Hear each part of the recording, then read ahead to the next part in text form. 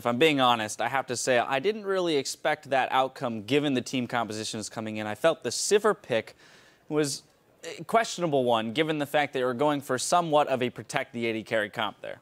Yeah, it's protect the Sivir, the 500 range, 80 carry. You know, it worked out, though. Cop got a lot of kills on himself. He was able to play into the composition perfectly, because this is a comp that wants to fight you out in the open. They want to run you down in the jungle. They want to stay away from walls because of Gnar. So fighting in those mid lane, like really long lanes without walls, and you just stay in the middle and black shield stuff, is how this team operates. Because you can't break sieges because you have no ranged wave clear with Sivir not being at risk.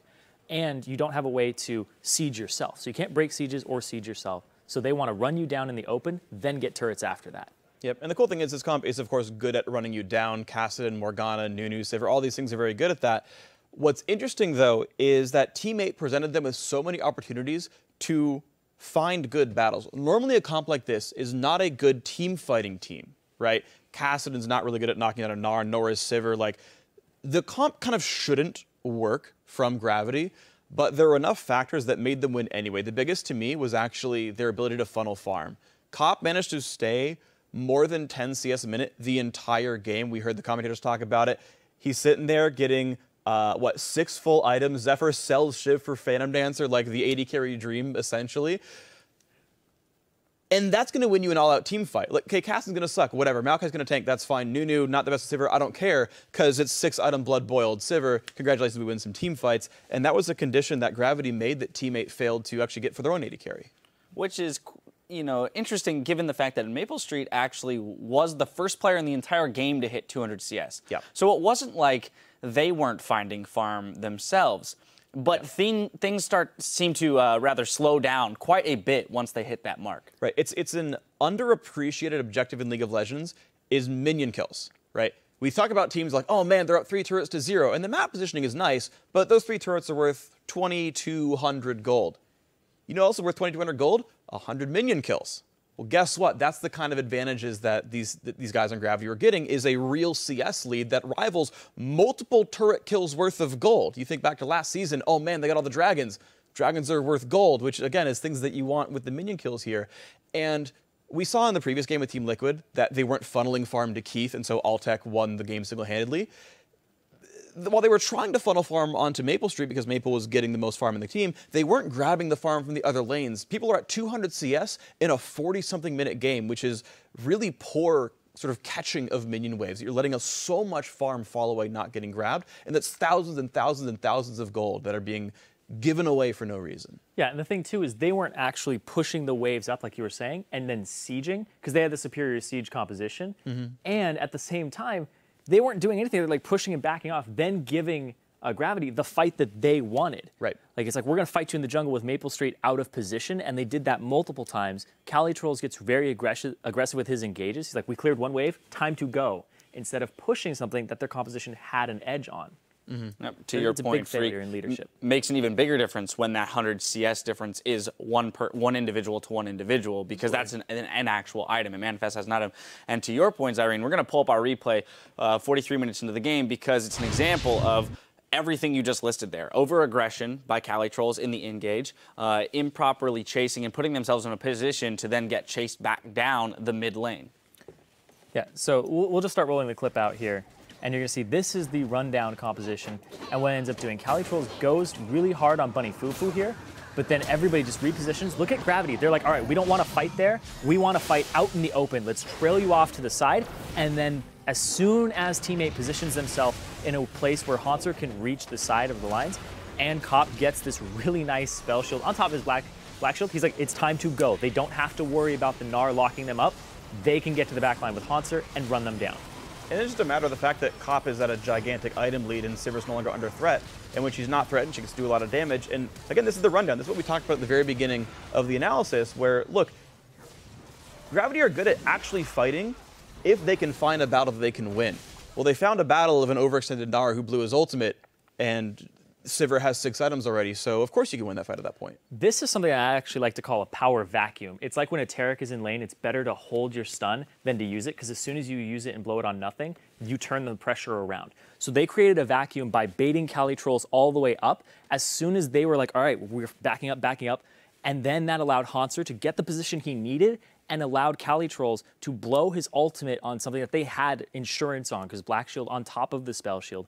And then they were like, all right, now the power is completely reversed. And I loved that from them, because they didn't take the fight earlier. He held on to that Sivir ultimate until the right moment when they knew they were going to turn it around.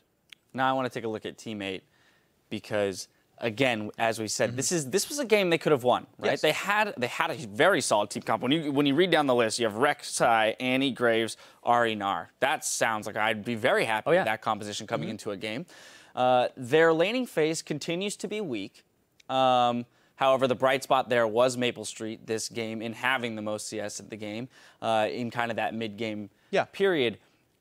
But they're not taking they're falling into these incorrect team fights, which is what we have applauded them for in the past. Yeah, there's a way to think about it in terms of decision making, where it's like sometimes the right choice is just go hit them, everyone press R, blow up the champion. Sometimes that is actually the best choice, but that's kind of the only play in their playbook, right? You have the ability to make all these picks with, Graves ulti, with Ahri doing all these cool things. Rek'Sai can do all these fun flanks and whatnot.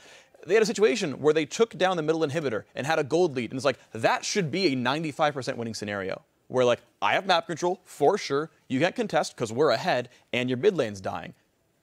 You have complete impunity to control all the vision. You can play for dragons, you can play for Baron, you can play for all the all the tier 2 turrets. All of those should be yours for the taking if you put yourself to controlling the pathway around that. And that is not something that Team 8 did very effectively. If they can extend that playbook, they can turn those kinds of leads into actual wins, but they don't have that yet.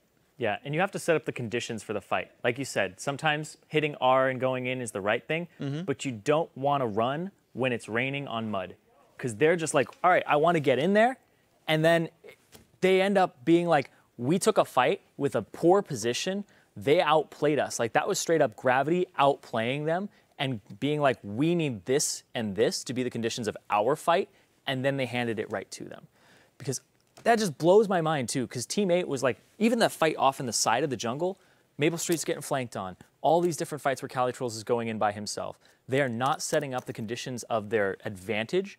Like, you can't break a siege. Go push turrets. Go push a turret. Like, you don't have to fight them. Yeah. Sometimes it's the right thing. Sometimes it's definitely the wrong thing. Sometimes you put the pressure of the possible fight on them. Right.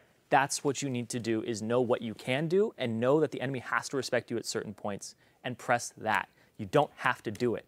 Just press the threat of it.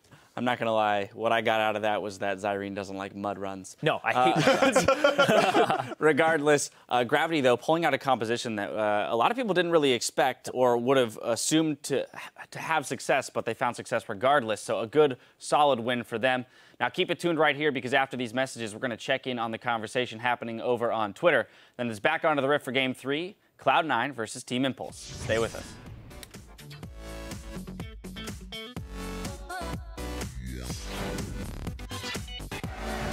We're heading into our next match. It's Team 8 versus Gravity. They got Maple. Maple Street goes over the wall thinking he had enough safety from just Cali Trolls himself. They do turn it. Now the team is going to be forced to follow Cali. This is what Team 8 is all about. On to Bunny Fufu and Cop on the back line. Can we still win? We can still win. They're so low. They're so low.